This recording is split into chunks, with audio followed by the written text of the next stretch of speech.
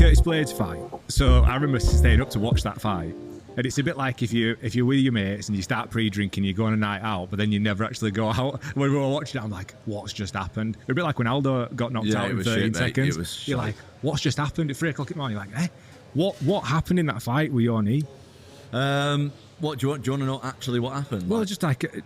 Well, I had a bad knee for years. As a professional athlete, we often lie to ourselves. Okay. I think that's something that's pretty common, especially amongst fighters. Like, we don't want to... me personally, mate, I don't want to be pulling out of fights with bad knees and stuff like that. But I had that bad knee for since I was about 19, 20 or something like that. And I was just, mate, I was getting by with it. Like, I was beating former champions with one leg. Like, there's so much stuff that I couldn't do in the gym.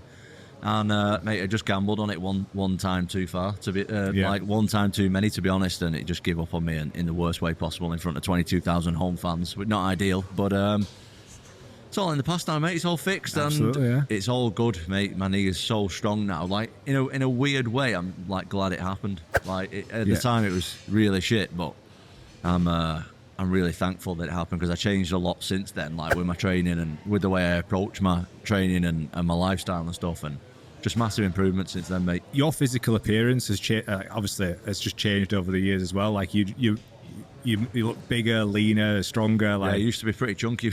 yeah. Like what do you do as far as from a nutrition standpoint? Like, how does a heavyweight? Well, not a lot of heavyweights take nutrition serious, right? Okay. But I do these days. When I first got in the UFC, it was like I just eat shit. I used to think, I used to get away with it as well. I used to think, as long as I train hard, nothing else really matters. Yeah. But training it's still a massive part, but there's so many other stuff that go into it as well. Like, your recovery is massive, what you put in your body is massive, your sleep's massive.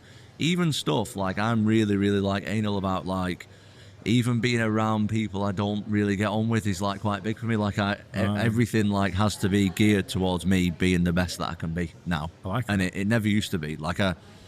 I used to do so many stuff that I shouldn't have been doing, staying out late, drinking, just doing stuff and being around people that didn't really need to be around me too much and stuff like that. And, and even stuff like doing training sessions because people wanted me to do the training sessions when it's not right. Turning up to a training session, mate, with 10 lightweights when I'm a heavyweight is not the right thing to do as a heavyweight. Simple as that. And you just live and learn, don't you, as you go.